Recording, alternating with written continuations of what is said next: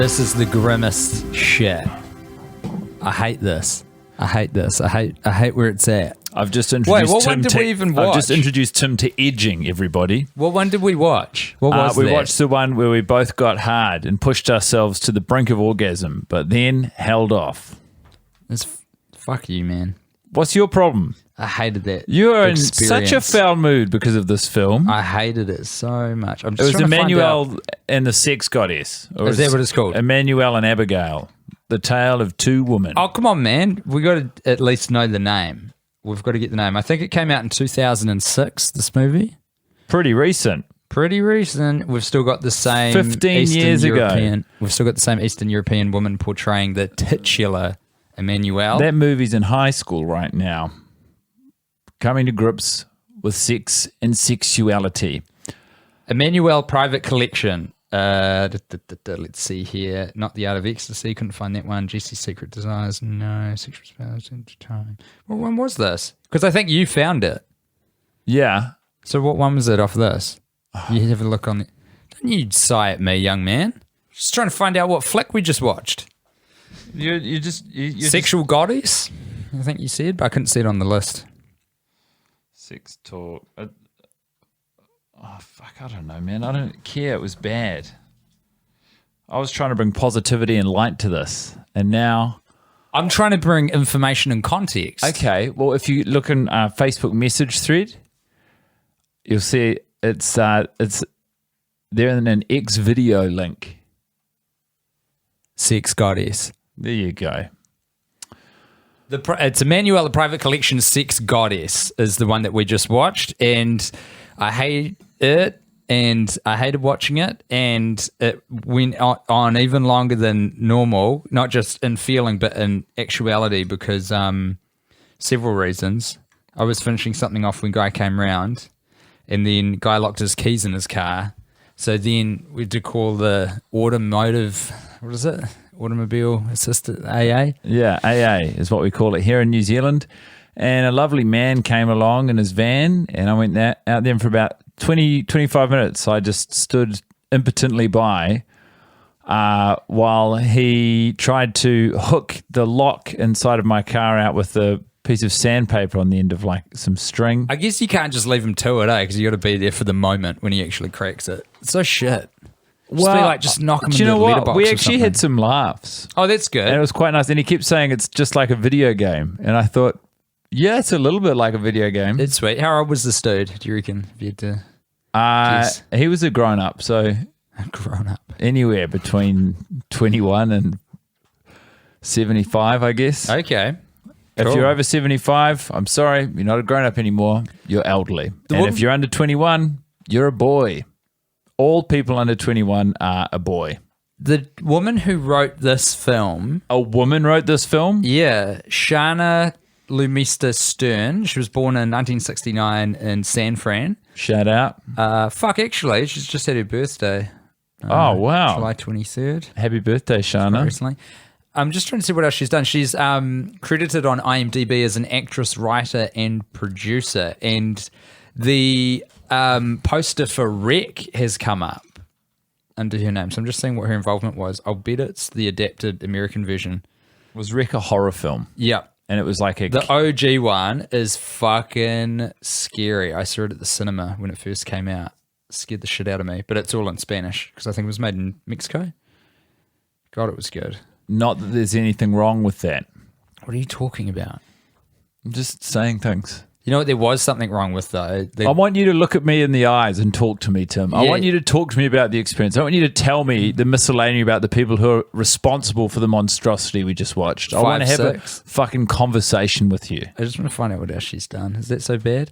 Something called National Lampoon's Funniest Movie. Oh, Funniest Film. Good idea for a movie. Have you ever heard of that? Yeah, of course I have. Everyone likes a funny movie. How was she responsible? Did she write it? Did she act in it? Oh, maybe that's not a thing. Oh, maybe that's a list. Sorry, that's a poll. It dropped to the S because it ran out of room. This is what I'm talking about. Ring, ring, real world calling. Can I ring you back? I'm just looking up someone's IMDb at the moment. Because I hated this movie, But I think probably Shana is getting, I don't know why I'm blaming solely the writer. There was another aspect that made me very ill in this movie, and that was the camera movement. Man, buy a tripod, dudes. No, it was a conscious, artistic, and creative decision. Cinema, not verite, but sort of a technique that's since been popularized in it's a common language in television.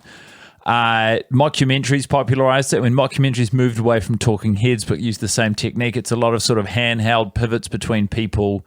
It gives you the feeling of being on the ground, and I'm sorry to say that when you're on the ground, you're also feeling motion sickness. Yeah, because you're constantly whipping your head over to whoever's talking.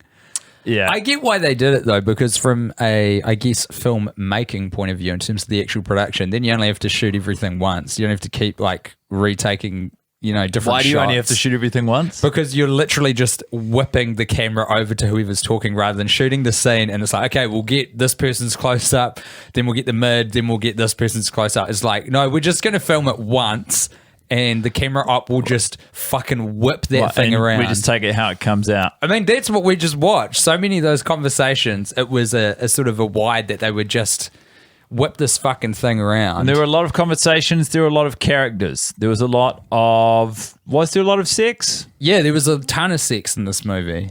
Did you like that, Tim? Nah. People watch these movies to jerk it. Yeah, I get that. I understand what Do you pornography understand is. that? You'd think I would, because I do. A ranking of 10 being, orgasmic ecstasy, and 0 being... Listen to me. Nothing. How, like... What? Erotica is about context, and I have such baggage with these films now of them being just an impedance to my day.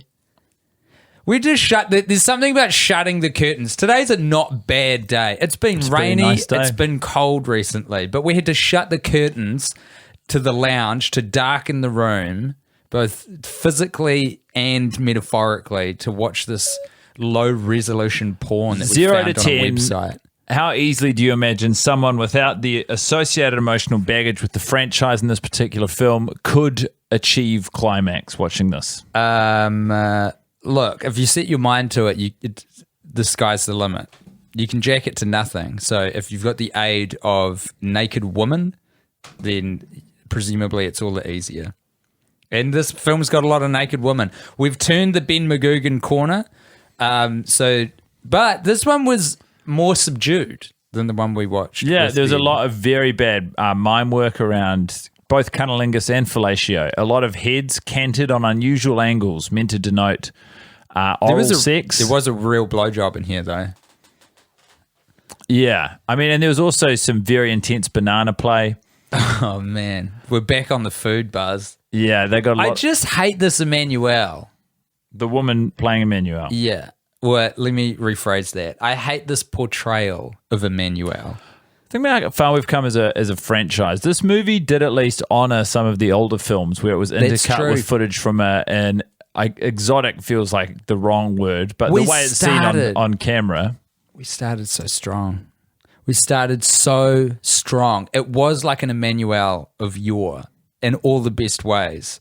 We had an international setting, by which I mean it wasn't America. It looked like it was. It could have been Thailand or Malaysia or Bali or something in that region, and they were doing like a some sort of festival. Yeah, it was a nighttime festival. There was a huge turnout pre-COVID, obviously. Yeah, it was so dope too because we got a little bit of the lore, Lore, which was there are these gods and one of them I've forgotten the name of, and that one was I sort of took it to mean that god whose name I've forgotten represented the masculine, and it was all about aggression, and that god created all of these horrible monsters that would come and fuck up humans at nighttime. And then there was the feminine goddess form, which was Abigail, and Abigail was the goddess of human sexuality, and I think humans in general as well. And so the people had to go and fight these monstrous creatures at night, and we lost a lot of good humans. At this point, Guy was on his fucking laptop blasting emails off. Yeah, I'm organising something which is going to be fully sick. Upset me no end, because what is even the point of this podcast if we don't sit down and watch the movies? I told you I had to send these emails. It doesn't answer the question that I just asked, but very well. And then things got steadily worse from there because the intro was hype. I was there for it. And then suddenly we're just down to the Eastern European woman whose name I forget, but Guy looked it up and he's got a good memory. So I reckon he remembered. I don't Natasha? fucking know. Yeah, her name is Natasha. I came in, I wanted to spread positivity. I wanted to talk about the franchise and where we are placed within it, how we're feeling. But now I feel frustrated and cross. It's a complicated movie. They're confusing movies. There's no clarity. They're hard to jerk off to. It's hard to follow the plot. It's all fucking boring and grainy. The camera work's a nightmare. All of the actors suck absolute shit. Two women sucked off a banana at the same time until it was bruised and soft and more mushy than it already is. One of the least erotic fruits. We kept cutting to a woman who was being fucked by a python. Oh, yeah, and just went on and on and on. And everyone who walked into any scene, Manuel would say Abigail and they'd say no. And she'd say, I keep imagining someone called Abigail. Abigail was trapped inside of a camcorder. It was a fucking disaster. I hate this fucking movie. And I'm back in a place that I haven't been for a long time with the podcast where I hate you, Tim. Good, man. Well, that's good. I think it's good for entertainment value. Bad for me, bad for us, but I'm willing I said to to you in the that. middle of the movie, I'm ready to hang out with you. Yeah. Socially. Yeah. I need to see you outside of this because this is getting me down. What are we doing here? These movies are impossible to follow. We're not watching them on their terms. We're not jerking off to these movies. We set ourselves a challenge, and the challenge we shall meet, and we have met. Like our forebears, Sir Edmund Hillary, who promised to climb Mount Everest, and then he did it. I've climbed Mount Everest before. This is like a mountaineer saying, I'm going to climb that mound of quicksand. And now I'm in the middle of the quicksand. And I think, why am I in quicksand? This isn't even what I'm wearing crampons for. So here's the plot. Emmanuel gets visited. I don't want to know about the plot. No, come on. Let's give it a bash. No, I'm not doing it. Let's give it a little bash. So we get introduced to this background lore of the gods. I'm so angry to try and rehash what happened in this movie. That's good. Use that anger. It's like Star Wars. It's like the I'm Force. going to count to 10 slowly, and I'm going to run my hand over my fingers while I do it to calm me down. Self-soothing thing. Mm-hmm. What do you want me to do? Do you want me to abandon No, okay, you do I'm the plot. I don't care. So the first thing I remember happening after we're introduced to the gods and Abigail is Emmanuel is like poolside somewhere in Los Angeles, and her friend comes to visit her, and there's a bit of horsing around, and her friend I think is studying at a university or college, like film studies. So she's got a camcorder with her. She's got to make from memory 6-minute short film for her assignment. But during all this ass grabbing by the pool, Emmanuel knocks the camera over and cracks the screen. So then Emmanuel promises that she's going to fix it. Her friend doesn't seem too perturbed by this or even slightly put out, to be honest. And what happens next? We've got a guy called Steve. Emmanuel becomes obsessed with a woman named Abigail, who's the aforementioned goddess of human sexuality, and all she wants to do is figure out who Abigail is, and they don't even solve it by the end of the movie. She just fucks a bunch of people and says, are you Abigail? And they say no, and then they have sex. Then at the end of the movie, it's like everyone's Abigail. Guess what? Abigail lives in all of us. Abigail is your hard-on. Abigail is your wide-on. Abigail is your wet pussy. She's your puckered asshole. She's your salivating mouth, dying for a banana and a cock at the same time. She's a fucking nightmare. What about the movie with the male god who smites everyone for watching this in the first fucking place? What about that movie? What about some of these monsters come out of the screen and eat us for even engaging with the idea that that's a worthwhile pursuit? Those monsters look so cool. How many views does that have on X video? Can you please check that information for me? You want me to look that up? Yeah, you can click on it behind you. It'll be faster. I want to know how many people have done the same thing that we just did. And I want to dive into the comments. Are there comments on xvideo.com? If there are, what are people saying? I have to turn my head around, which is 215,119 views. There's one comment. It's in French, I think, or maybe it looks like Spanish. Q resque. Oh, my that is a bad ratio. How many videos? Oh, hold up. Gracias por Subblue. I think that's thank you for the subtitles, maybe? Yeah, Thanks for the subs. That's great.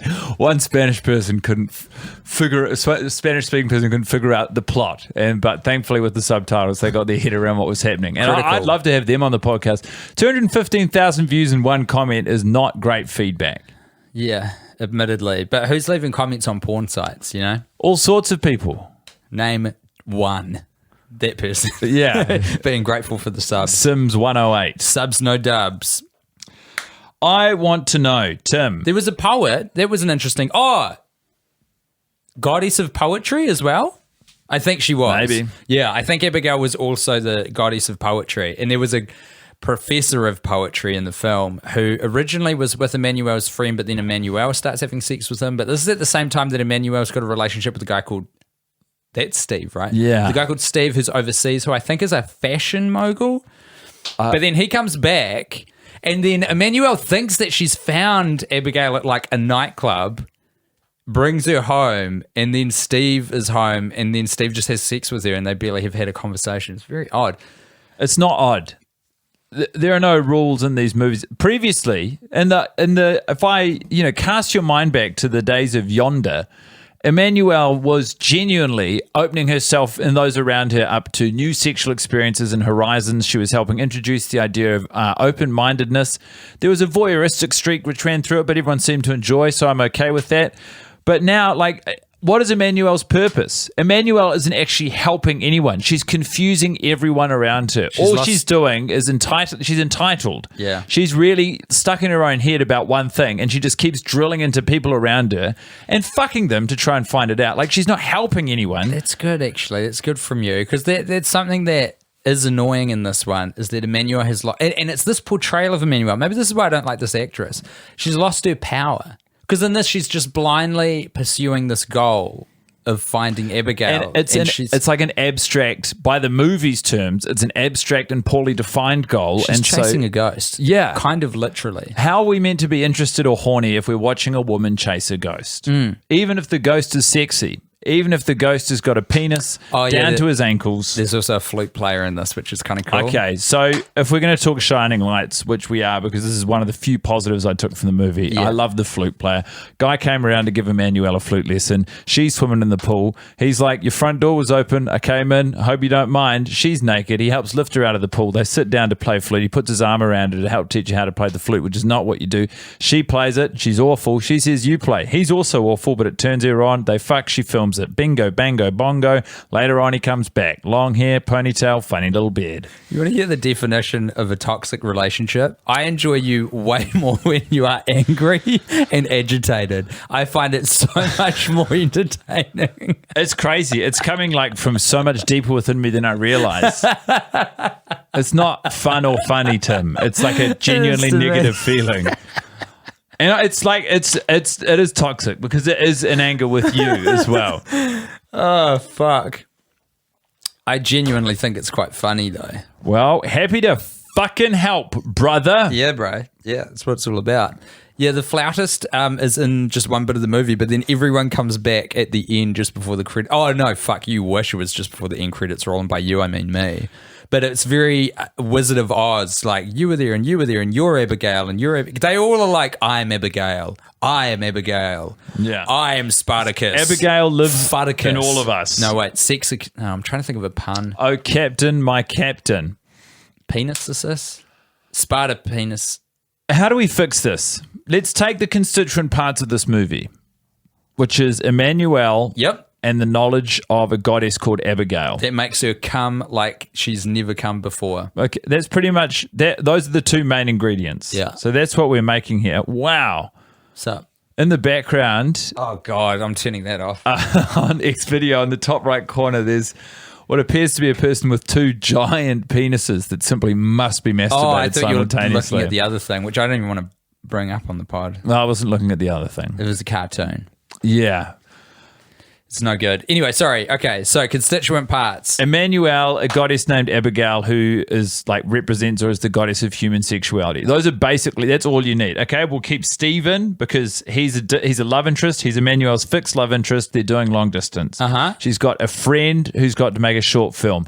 That is actually a pretty spicy list of ingredients for what could be quite an erotic film. Maybe she makes a short, sexy film to send off to the partner who's abroad. And then, they get turned on, and then that guy, Steve, maybe he goes, finds a guy or a woman to make a video with and send it back. And we have this sort of love letters going back and forth across the country. And maybe Ron Howard, Abigail filmmaker, helps imbue these films with inspiration. Maybe Abigail, the goddess of, is it Abigail? Yeah, keep going. Fucking losing my mind. Keep going. Maybe she's in it that way. Maybe then all four of them meet up in fucking, by Lake Michigan, and they go for a swim, and they all fuck in the ocean, and then they drown. Whoa. Yeah. Okay. And it turns out that the beach they're on is a beach that makes you really old really fast. Everybody, guys, just seen Old by M. Night Shyamalan, and he loved it. I didn't love it. That sucks because that's a movie you didn't have to watch. I know, but do you know what? I knew how I was going to feel about it going in. Have you seen the rest of M. Night's canon? No.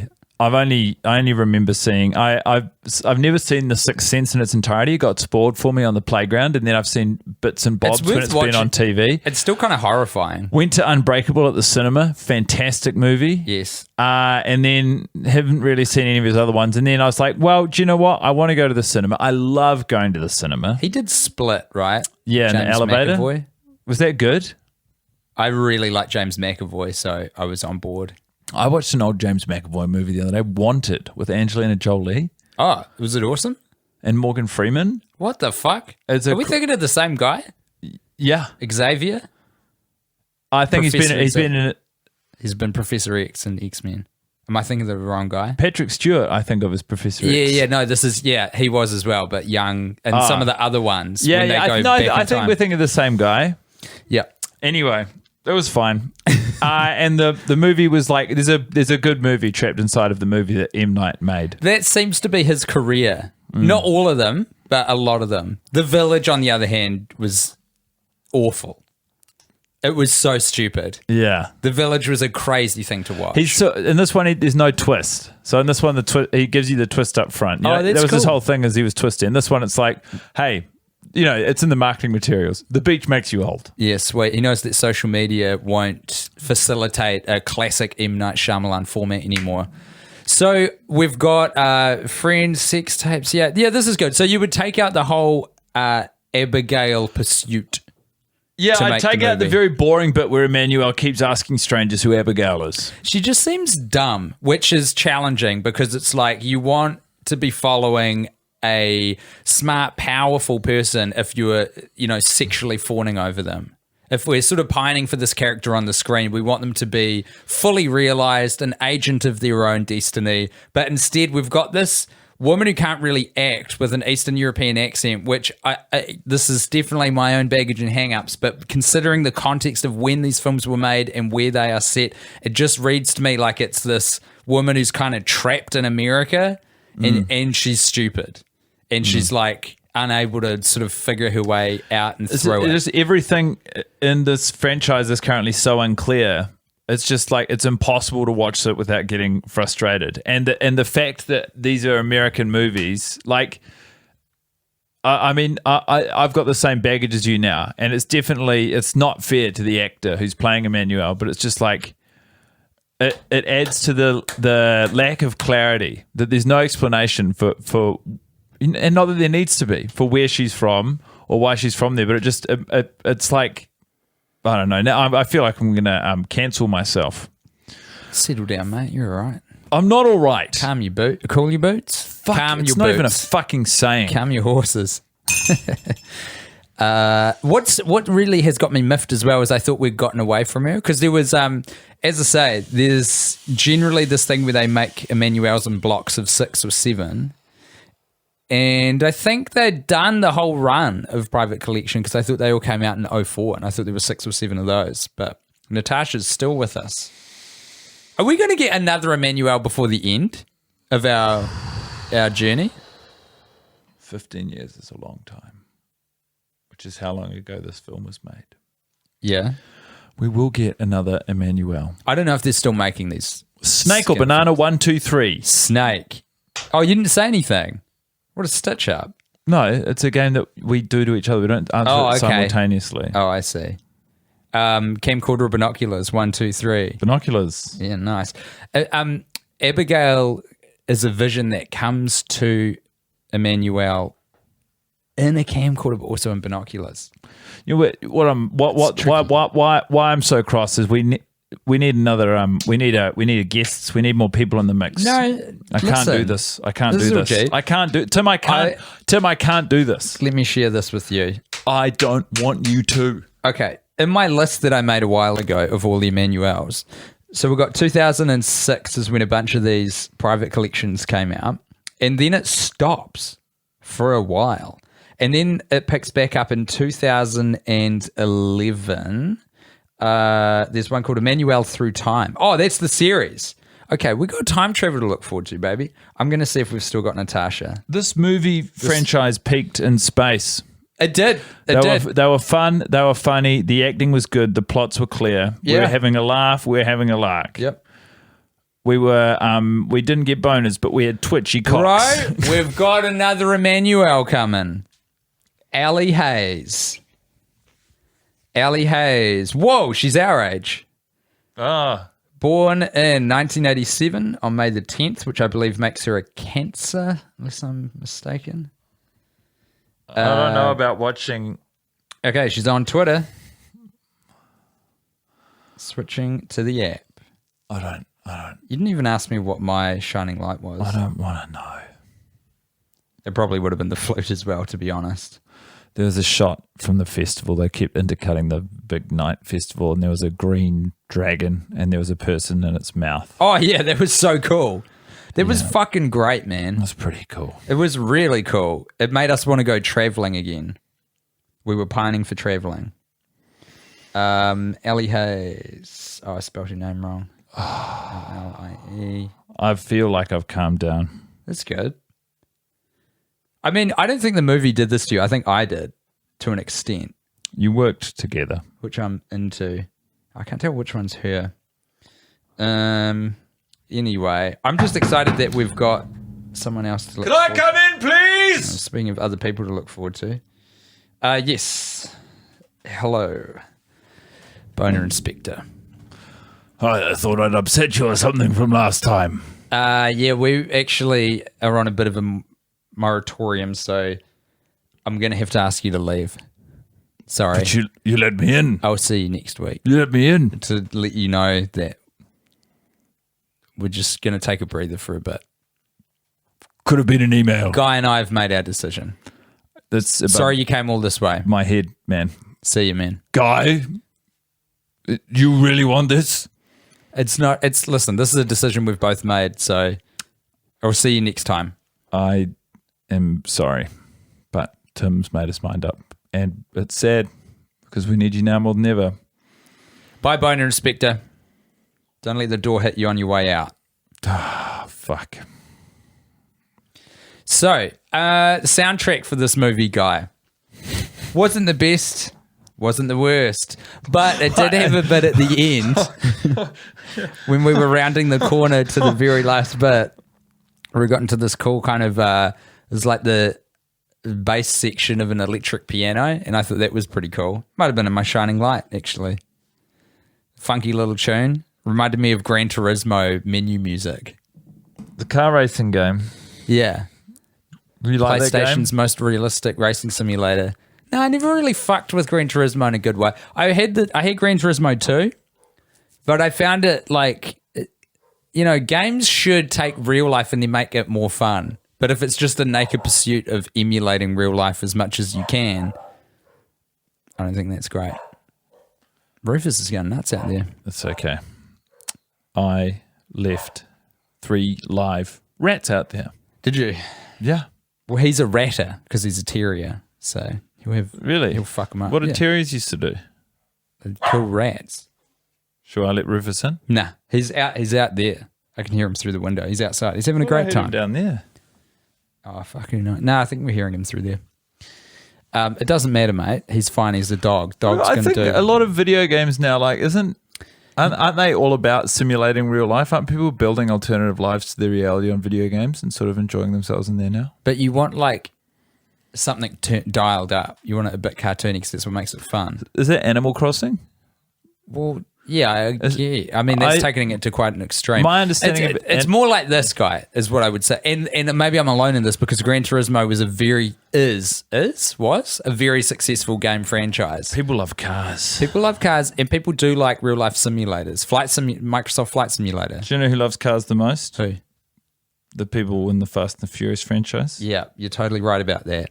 So it would be like Gran Turismo versus what the fuck are they called?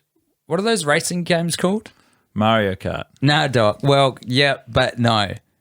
They're kind of realistic, but it's just, you can like skid real good and fuck you, dude. Sega Mega Rally. Jesus Christ, just syllables at this point. Those are all words. Sega is a word. Sega. Okay, well, if we're going real old school, yeah, like Daytona. Yeah. You know, like it's bigger. It's accentuated. Certain things are accentuated. Cross at me because you can't remember something. That is what's happening. Yeah. Should we swear at each other? What the fuck were those games called? Should we swear at each other? What? You can swear at me. Go for it. Fuck you. All right. Okay. You want to swear at me? Nope. No, I don't. You don't want to swear at me? Okay, Wipeout, I guess, is an example. I love Wipeout. It's a snowboarding game. No, the anti-gravity racer, because it had weapons. That was cool. Fuck's going on with these dogs, man? Okay, dude, where does this movie like rank in all of the movies that we've seen? All the Emmanuels? Near the bottom. Probably not at the bottom. I'd have to go back to find out what I hate more. But it's difficult in the moment. Like tomorrow, I might have a different judgment. But in the moment, it's difficult to judge it independent of the way it's made me feel. I mean, you can watch a movie and it can be a challenging watch, but you can still objectively know it's a good movie. You could say, yeah, it's a good movie. It was a tough watch, but it's a good movie. American History X. I've never seen it actually, but that's what I hear. Was a bad watch or because it's a bad movie. Mm-hmm. I was in a pretty good mood when I came over here. I brought us an almond croissant to share. It was real good. I'd had a lovely coffee. I'd read some of my book. I'd listened to a podcast. I'd done some work this morning. I was having a really nice day. I was in a position. What book are you reading? It's kind of embarrassing. Well, it's not embarrassing, but I'm reading a book by Stephen King called Stephen King on Writing. And it's sort of the first third of it is sort of like a memoir where he just talks about his experiences and like how he built his relationship to writing. And then he starts talking about his tools, the tools that you as a writer will develop. That rocks. Yeah. The memoir part was especially interesting. I haven't actually read any of his books. Zoe was an avid Stephen King reader. Really? And as a teen, yeah. What a legend. What were you reading as a teen? Online articles about how to construct bombs. Seriously? Out of fireworks. I don't know. Books wise. Don't know actually. I don't think I was into books. I don't think I was a big reader of books. Now? Nah. I'm reading something called Different Minds. I think that's what it's called at the moment. And?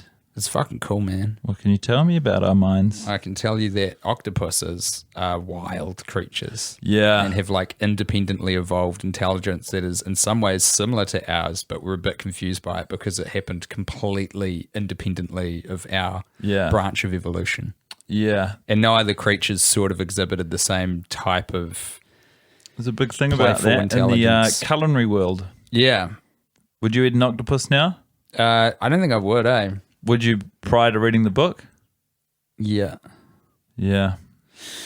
They're too smart. Would you eat a banana after seeing this Emmanuel? Only after I'd forgotten about it? No. Only after you'd fucked it. Fondled it, yeah. Oh, okay. Yuck. I'd love to I mean, I just don't know why they're using banana as a sexy food. It's too soft. A banana has been a standard bearer of a penis food. As a gag. That's gag work. The gag came from somewhere. Because if you put it down your trousers, you can make it look like a penis. It's a gag. I don't think it's pure gag. It's a gag.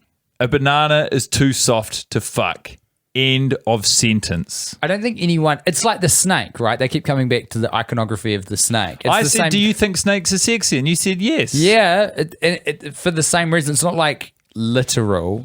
I don't think people are fucking the snake. No one's fucking a banana in real. Well, someone is, but the majority of the kind of evocative, erotic feeling of it is just an association to male genitals. It's like, oh, a snake, a penis, I get it. A banana, a penis, I get it. It's there. I've no That's issue why with this. the snake's role in the Bible, in the Christian Bible. It's like this evil fucking thing. It's like, yo, I'm evil and I live in a tree. I've got no problem with the snake. Put a snake in me, I could give two hoots.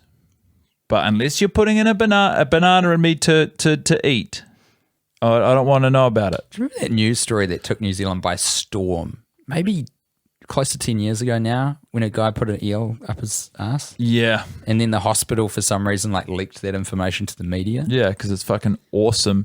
By the way, I do realize now as I talk that on this podcast, in the first season, I talked about a game called Suck My Banana, about we would fillet bananas. And I just want to say that was more... You did it. You did it in one episode, and you went so far back that a bit of blood was on the banana when it came back out. Yep. I'm not proud. I think this is actually you tapping into your own kind of I'm not proud of that. neuroses. But I just want to say that game is it's sort of it's sexual research, but it's not a sexual game. The banana is not sexy, it's a stand-in. Bananas aren't sexy, they're not for sex. That's for the listener to decide. If anyone finds bananas sexy, fucking let me know about it. A banana is not a sexy food. What is? What's hot? What's hot right now? What food is hot right now? What gets you hot and bothered? I'm thinking mangoes. Yeah. Maybe I'm kinky. Maybe I'm yucking everyone's banana yum. Maybe I'm just not into food play. I mean, a cucumber's phallic in a sort of meaningful and firm way. Yeah, you could go fuck to a town. cucumber. You go to town on a not peeled banana, a banana, just a banana without the peel off. With the peel on. With the peel off. Without the peel off. Even then, it's not. But you're right, a cucumber's probably a bit easier. But we're not going for stop thinking so literally. What's a sexy kind of a...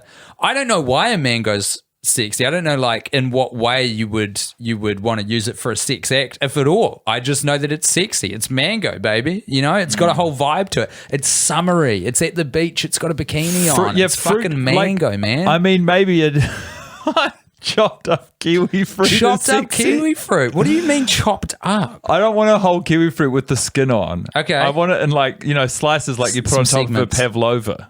Oh, okay, sliced kiwi. Yeah. That's what's getting you going. It's kind of sexy. I feel like it's fruit. I feel like a lot of fruit is the sexiest thing. Okay. So I see why people are reaching for a banana from the fruit hamper, but put it back. Pick up a kiwi. What about cherries? Everyone goes wild for cherries. Cherries are sexy but dangerous. The pip is dangerous. Yeah, that's true. You could choke on a cherry. And many have. Okay. Sexiest meat? Sexiest meat?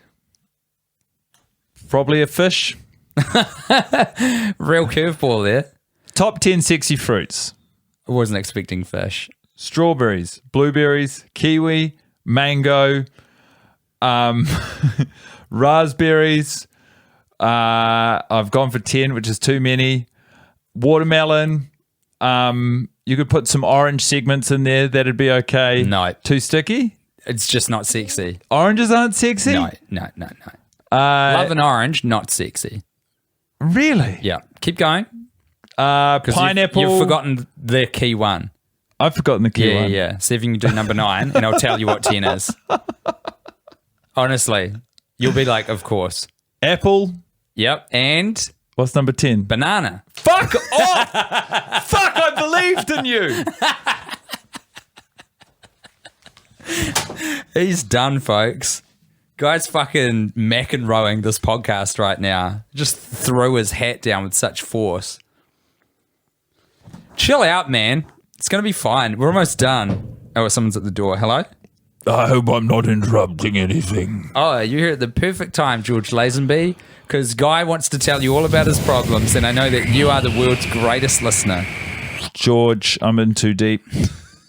You were the honey trap that got me into this situation, and now I'm about fucking, 10 iterations of Emmanuel down the line, and I am genuinely borderline catatonic with rage. Oh, dear. I told them they shouldn't get rid of me. Watching me reminisce about my sex and sexuality on a plane is the closest this franchise got to perfection. Do you have any ideas for where you might like it to go? I've got a pitch. Tim's got a pitch. Yeah. So, George, you know how the films in this franchise have often had a scene or two or, a few shots, a few moments of food play? Yeah. Oh. Yes. All food play. The whole thing. 90 minutes. What kind of foods? Raspberries, Yeah. apples, All- sliced kiwi. All fruit. Yeah. No one's going to fuck a fish. It wasn't on the menu. Guy actually had some thoughts on fish being the sexiest Yeah, meat. I don't protein, know where I it guess. came from. I'm in a bad place. I'm not against it. The thing is with fish is that it only needs to heat up a little bit and it'll make you real crook. Okay. I'm going this- to take what you said and I'm going to run with it. Yeah. Degustation porn. 7 courses. Okay. All very small. Right. Okay. Different kinds of things. Yes. What is the first step of a degustation meal? Usually a chopped up banana. Oh, God. Core blimey. What are you going to do with the chopped up banana, George? I'm going to put it in my urethra. Jesus. Fuck. What's next, George? What's the next course? Whole banana. What are you doing with that whole banana? Wait, hold on. Peeled or unpeeled? Unpeeled. And where's that going? What's happening to it? Down my urethra to push the chopped up banana further into my body. Roger that. What is the third course of the degustation menu? Mashed banana. Oh, no. What's going on with the mashed banana, George? Down the urethra. Number 4. 4 generally in a degustation menu, I think, would kind of be your main, right? Grilled banana. A grilled banana. So it's sort of caramelized on top. Yeah. And what's happening? Well, it's scalding hot for a start. Yeah. You've got to know that. Okay. It's really hot and it's Going down my urethra. very cool. And then what course are we up to? 5? Frozen banana. Ah. Cool down the burns. Yeah, okay. Let me go out on a limb here. Urethra. Oh yeah. Yeah. And around it. Any effect. In and around the urethra. Now, I've only, I think, had like one proper degustation menu meal like ever, really.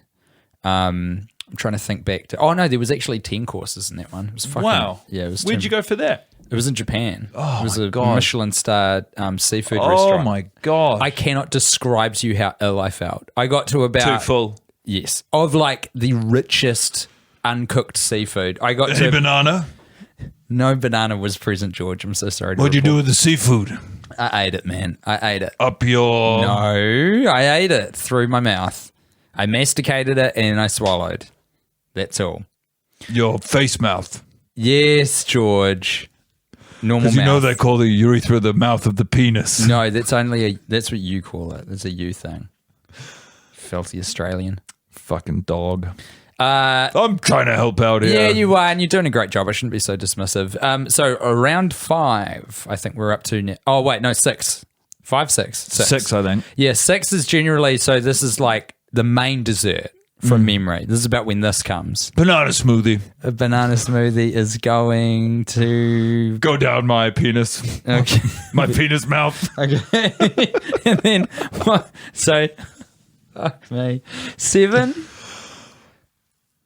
This is like traditionally in a degustation menu, I think. It's very light. Unripe, firm, full banana, up the anus, pushing all of the other banana back out of my penis mouth. Thanks for joining us in the worst idea Honestly, of all time. a pleasure. I was talking to whoever may still be tuned in, if anyone at all. Usually this would be a part of the show right at the end where we solicit for your financial support. I cannot in good conscience even reference where you would do that after what has just transpired. I'd like to take this opportunity to apologize on behalf of both myself, Guy Montgomery, and I guess... Don't apologize for me! The ethereal form of George Lazenby. Thank God we didn't entertain... Stop listening. The boner inspector for too long, because who knows how that would have gone as well. He seemed pretty upset. We'll catch you on the next episode. Goodbye.